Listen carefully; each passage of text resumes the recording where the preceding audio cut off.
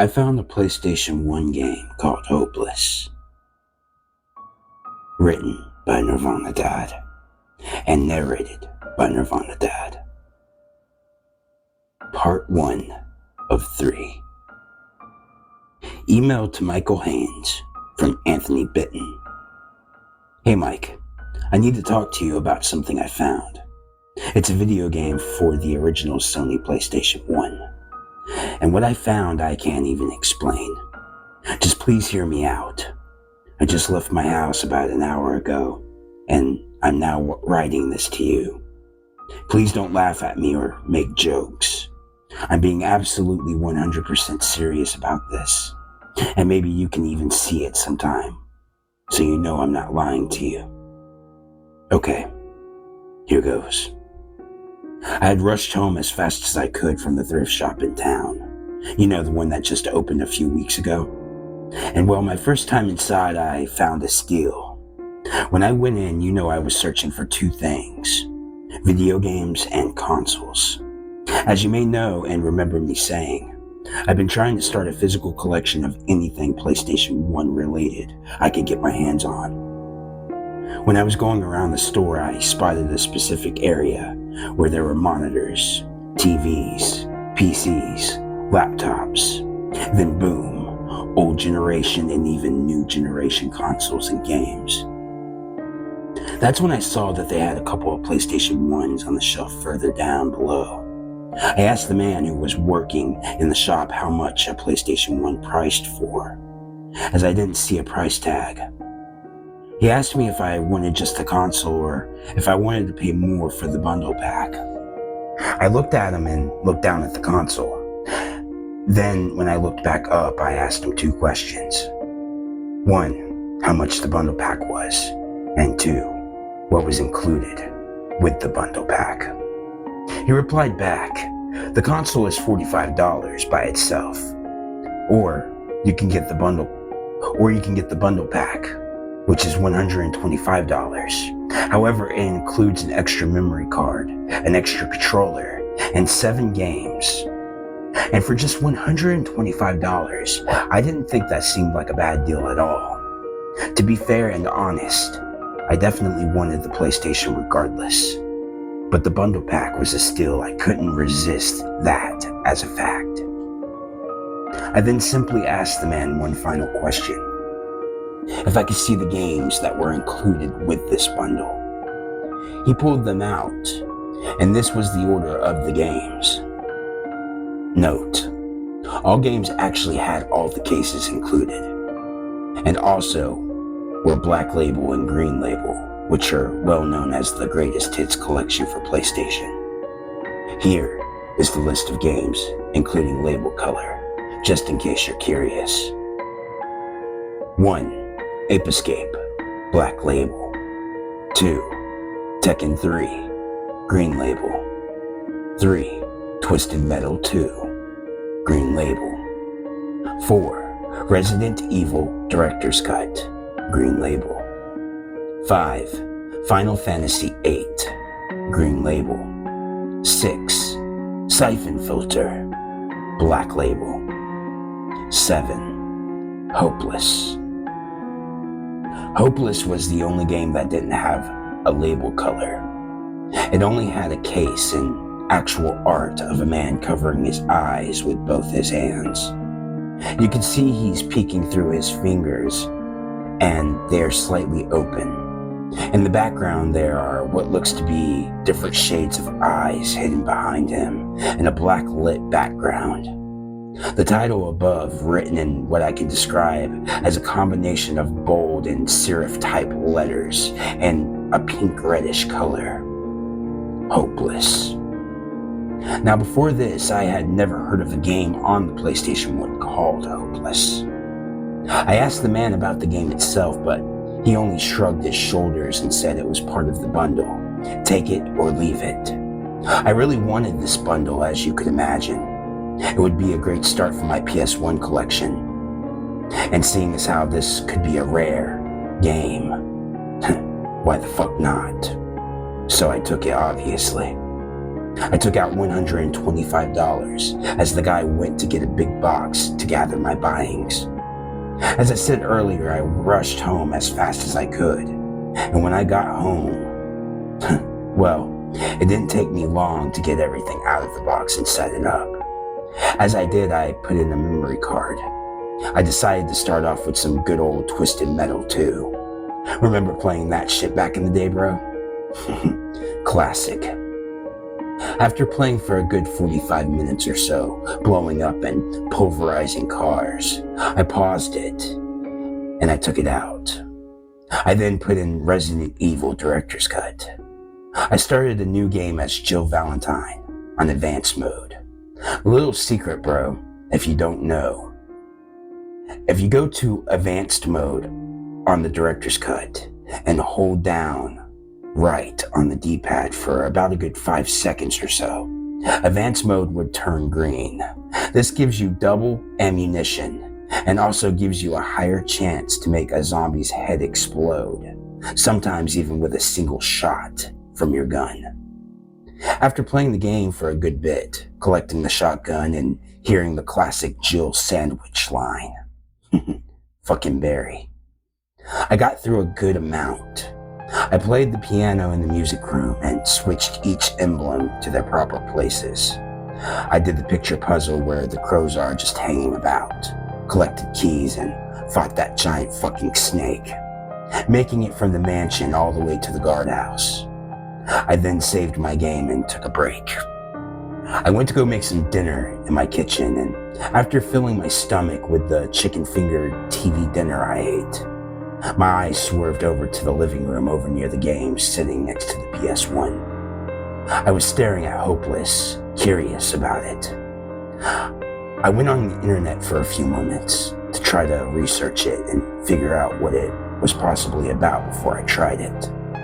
However, I found 0 results for any game on the PlayStation 1 called Hopeless.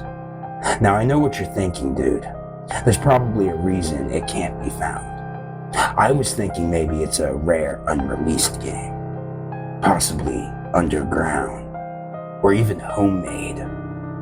I popped out Resident Evil, put it back in its case. I grabbed Hopeless and opened the case. Inside, just a disc that looked to be pure white and with Hopeless written in red Sharpie. I examined the disc, no scratches on the back or any indication of damage. I put it into the PlayStation. Now I wasn't really expecting anything, but what I found was what I can only describe as something that actually scared the shit out of me. And that's not something that often happens. It starts off with a game company called Cantonment Games. It looked just like an average logo screen, and then it went to a loading screen after. As soon as it came to the main menu, I saw 3 options: New Game, Load Game, and Options menu. I selected New Game, and it started me into the game. No difficulties that I saw. So I guess the game itself is set to whatever difficulty that the developer made specifically for the game. That's always fun. Now I was in a bedroom. My character was what seemed to be a man, and he sat up on the bed holding his head. The man then said, "Ow, my head. What happened last night?" I can't remember a thing. I should call Nina. Maybe she could help me remember. Now in control of the man, it took me into what was pretty much a point and click game. Almost the style of Clock Tower, if you've ever played Clock Tower before. Pretty much what it is you have a mouse on screen that you control. Wherever and whatever you click on, your character will walk or run and inspect objects to find keys or puzzle items, open doors, and other things like that. I used the mouse on screen and navigated my guy around the room. I came across 2 things in particular. 1, a note saying, "I had fun last night. Maybe we could do it again sometime. Call me when you wake up. Nina." The second thing was a pocket knife. When I inspected it in my inventory menu, it simply said this: just a standard pocket knife, but maybe I could use it for something. After that, I walked out of the room, which immediately took my character to an upstairs hallway. 2 other doors besides the one I had come out of were there.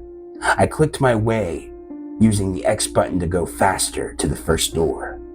My character would then say, I need the key for this door, but I forgot where I put it. It should be somewhere downstairs. I then went to the door across it. It opened.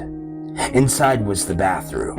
I carefully inspected the bathroom, but was only met with the sink and mirror. The sink had a red substance which indicated it was blood, and the mirror had inside 2 takeable items: 1 alcohol and 2 bandages. After leaving the bathroom, I made my way to the downstairs, but my character wouldn't go down. I thought to myself again for a few minutes. I was absolutely dumbfounded. I obviously needed to get down there to get other objects, including the key for the door I wasn't able to go into upstairs. I thought maybe I missed something, so I searched everything in the hall, back to the room I had started in, and then to the bathroom again. I found nothing. I couldn't believe it. I was trying to get into a game I had never played before, and I had no idea what I had to do to progress. I just had my character standing there motionless as I kept trying to figure out how to get myself out of this fucking hallway. That's when I noticed something. I was being watched. Not in real life, but my character in the game was being fucking watched. On the walls in the hallway in specific areas were literal eyes watching me. Like they just appeared out of nowhere. And I didn't even realize it. I grabbed the controller and took my character over to one of the pair of eyes on the wall. As I clicked the eyes, my character was then swallowed into what seemed to be just a pure dark screen. At first I thought the game fucked up on me, as it took quite a good minute to let me know something was happening. My character now in what seemed to be the hallway again, but this time it was clear it was nighttime, seeing that it was dark now out the windows of the hallway windows. Text then prompted on my screen. My character then said, "What was that? What did I do? Where am I?" The noise of glass being broken and screaming girls who sound like they are being tortured in some horrible way came flooding through the speakers of my television. I turned down the volume, freaked out. I tried to pause the game, but it wasn't fucking possible. No matter what I did, I couldn't pause the goddamn game. That's when I saw this man. He was dressed in all black with dark hair and his hands over his eyes. However, he was making his way towards me, walking in a disturbing way, almost as if he was floating and not even walking at all. The noise of the glass and screaming continued to get louder the closer he got to me. And that's when I decided to run. I ran to the door of the room, but it was locked. I ran over to the stairs again, seeing as how I couldn't get past the guy upstairs. It was just impossible to do that. This guy was fucking creepy, and just coming closer. The stairs actually led me down this time, and a loading screen came up with the glass and screaming abruptly ending. Silence finally. Taking forever to load, almost 3 minutes I would say. I was now downstairs. My character's heartbeat could be heard, and a yellow conscious sign displayed above the screen was there. I went into my item inventory to see if I had the pocket knife still, and I did. I checked to see if I could equip it. No dice there. I got out of the menu. I then walked to the front door of the house I was in, my character running to it, but it wouldn't budge open. My character then said, "It won't open no matter how hard I try. What the hell is happening?" I then go left, to what is the living room area of the downstairs. There is a set of options that appears on the screen with a single question. What do I do? Option 1, hide behind the couch. Option 2, run into the other room and find a hiding spot. Or option 3, give up. It's hopeless. I selected option 2. My character then ran into the other room, which then the screen asked me if I wanted to save my game. Yes or no. I picked yes.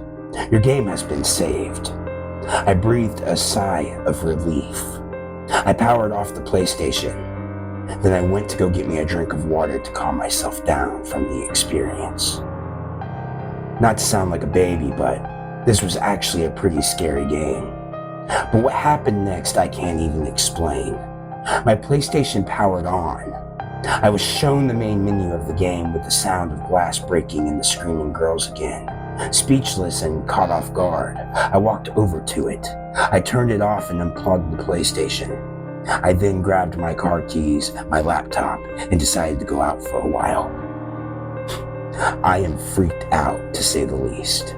I don't want to play it until it's either daytime or if someone's with me at least.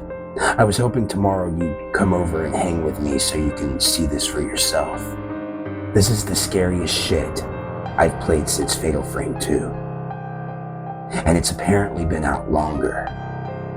Anyways, please email me back as soon as possible. I know this is the only way to get a hold of you for now. Just come over tomorrow if you can. Thank you.